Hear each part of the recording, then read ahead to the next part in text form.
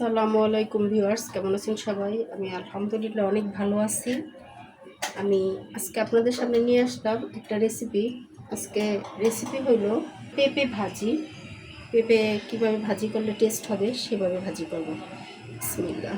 দিয়ে দিচ্ছি সয়াবিন তেল আর একটু সরিষার তেলও সাথে দিয়ে দিব। দিচ্ছি কিছু পেঁয়াজ কুচি। বিসমিল্লাহ।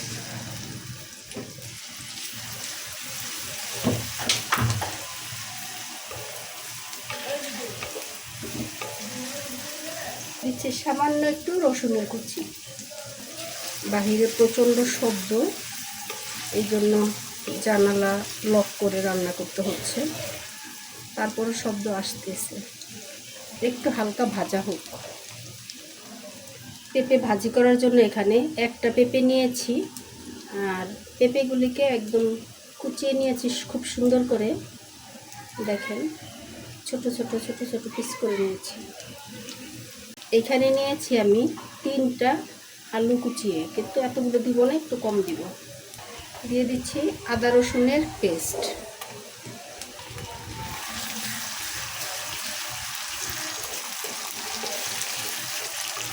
আমি এখানে একটু হলুদের গুঁড়া, মরিচের গুঁড়া আর হলো ধনিয়ার গুঁড়া, লবণ এগুলো দিয়ে একটু গুলিয়ে নিয়েছি। একটু জিরা বাটা, এখানে কাঁচা জিরা বাটা নিয়েছি।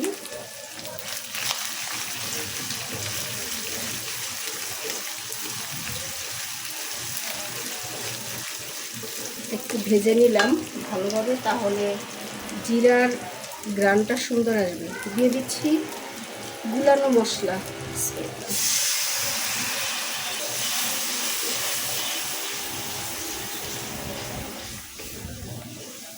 এখন যে কাজটা করব সেটা হলো, এখানে আমি অল্প একটু নারকেল বেটে নিয়েছি, দিয়ে দিচ্ছি নারকেল বাটা।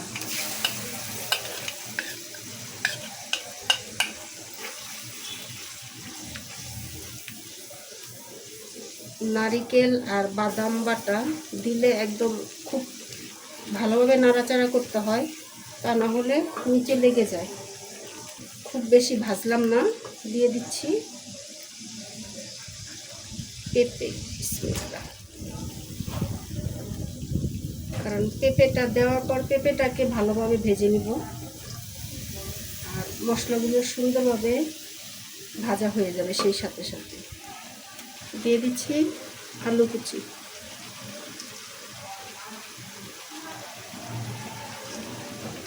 কতটুকু আলু দিয়েছি দেখেন, পুরোটা রয়ে গেছে।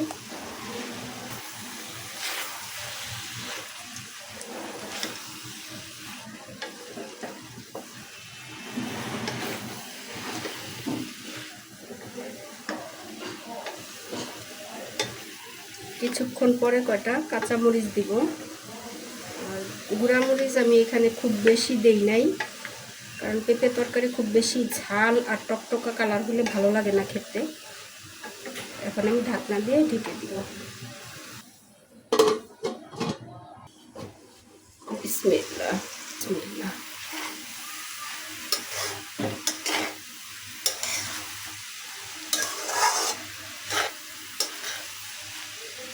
দিয়ে দিচ্ছি কাঁচামরিচ।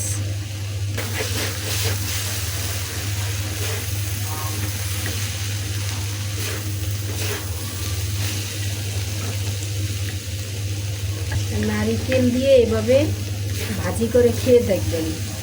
পাতাকপি ভাজি অথবা পেঁপে ভাজি, এগুলি নারিকেল দিয়ে ভাজি করলে একটু ভালো লাগে খেতে।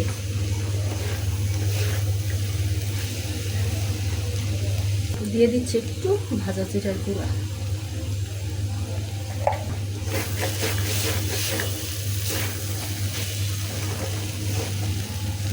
হয়ে গেল আমার ভাজি। সবাইকে অনেক অনেক ধন্যবাদ। সবাই ভালো থাকেন, অনেক ভালো থাকেন, যার যার পরিবার নিয়ে। আমি আলহামদুলিল্লাহ অনেক ভালো আছি, আর দোয়া করবেন যেন আরও ভালো থাকতে পারি। সবাইকে অনেক ধন্যবাদ। আল্লাহ হাফেজ।